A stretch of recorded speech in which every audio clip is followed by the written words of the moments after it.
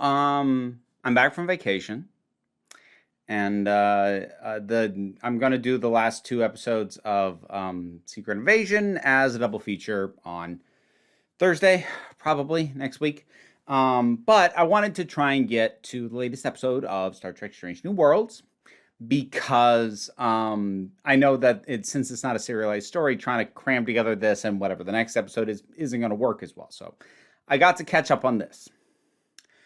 Now, before I get to my actual opinion, a little bit of background if you're new around here and aren't overly familiar with me, my work, and my feeling about certain types of stories.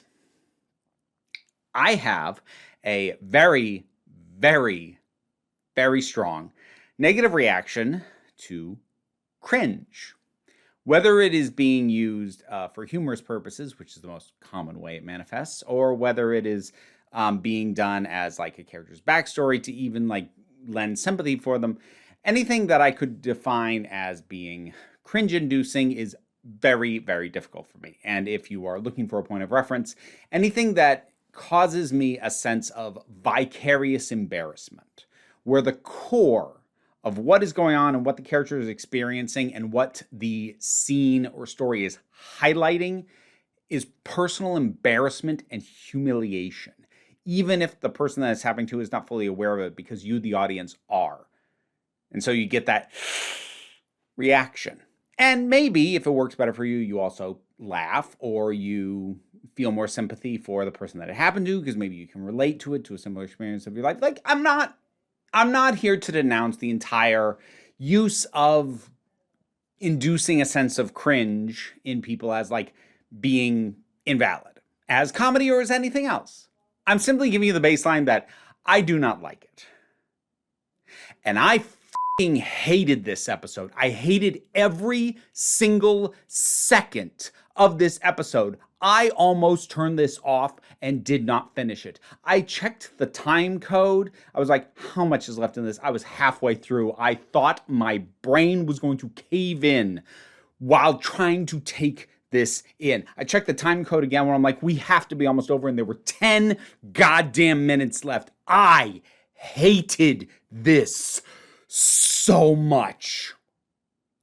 Every moment, because another component that is not 100% intrinsic to cringe material, but is very, very, very common, is you always see it coming. That is one of the things that amps up the embarrassment. Of course, if cringe doesn't work for you, what that means is not only is it putting me through, frankly, emotional pain watching this, because it hurts. It hurts for me to try and muscle through this. And it's very, very rare for me to ever say that it was worth doing. The only time I can think of off the top of my head, maybe there's others, is the Black Mirror episode Nosedive. There's a section in that is incredibly difficult for me to watch, but it does get to an ending that I love, and I do recognize that that section is important, but it's still really, really hard for me to get through. The entire freaking episode is like that.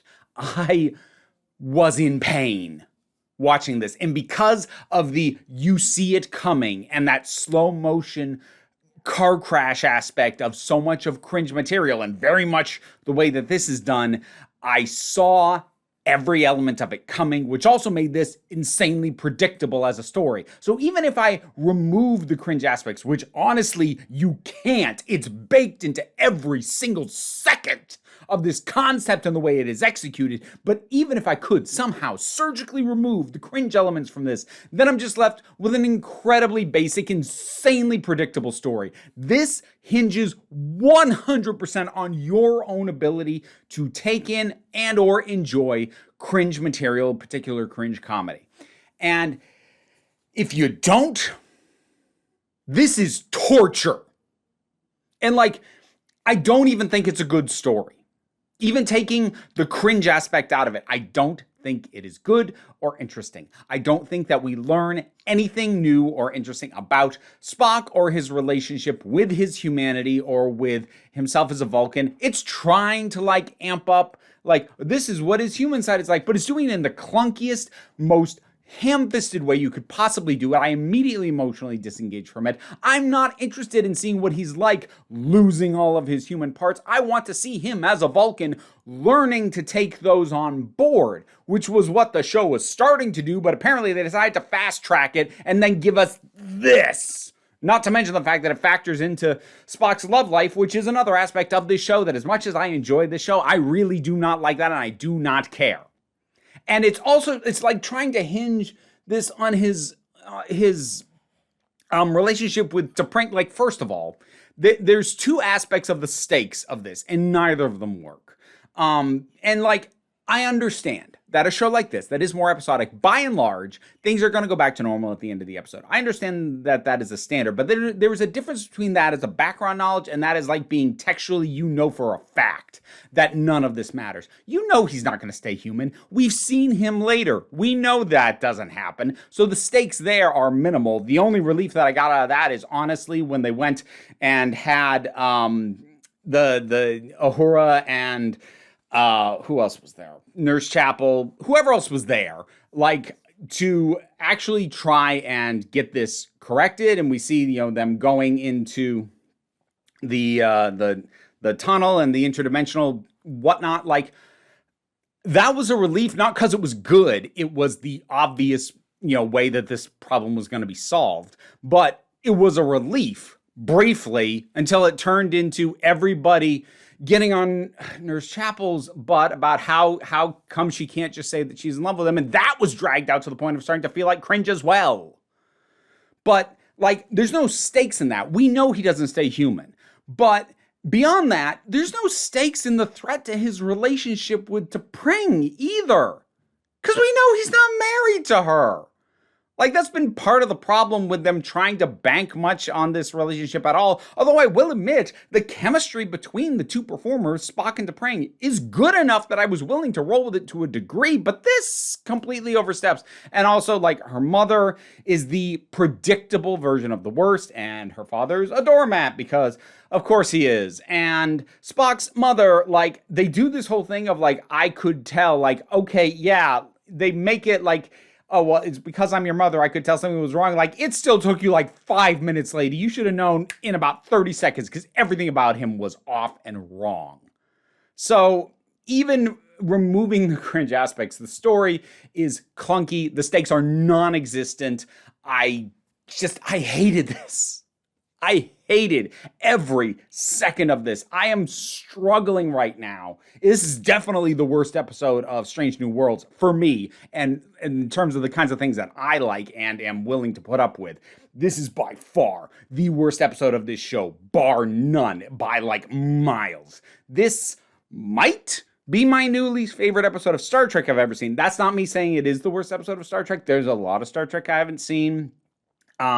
Honestly, I think I've got holes in my knowledge of every single Star Trek series. I've seen bits and pieces of almost all of them, but I have not seen the entirety of any of the rest of them. So don't take my opinion of saying that this is my least favorite Star Wars episode I've ever seen as like any kind of definitive statement about how bad it is in the canon of all of Star Trek. But for me, as someone who has seen enough Star Trek, has seen all the movies and enough of like the majority of Next Generation, I'd say probably about half of the original series and bits and pieces of the other stuff, I still do consider myself a Star Trek fan and I've been enjoying this show particularly, but my God, I hated this.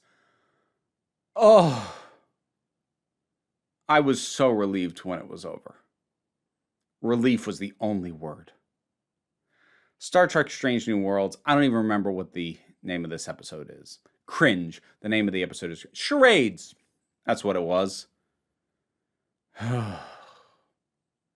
This hurt. This hurt my soul to try and watch.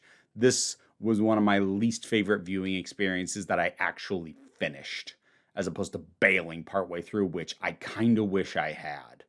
I muscled through because I'm like, it's not even an hour long. You can get through this. And I did, but I'm not proud of myself. I feel like I left my dignity behind to watch this. What'd you think of this episode? Whatever your thoughts are, drop something down in the comments. Let's talk about it. Patreon is how you can help me pay for my therapy. And, Like, share, subscribe, all that stuff. Don't worry too much about it. We try and take a relaxed attitude around here, and hopefully next week I'll be able to do that. So, just come on back next time you need a break. Lord, I needed a break after this thing. God.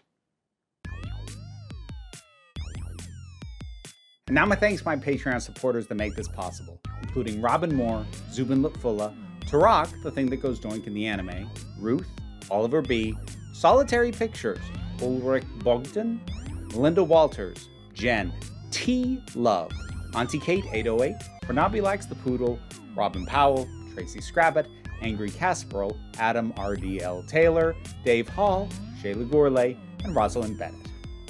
You can get I get all the names right and then I can't talk. If you want to hear me stumble over my tongue after saying your name, it's in the rewards here on the Patreon.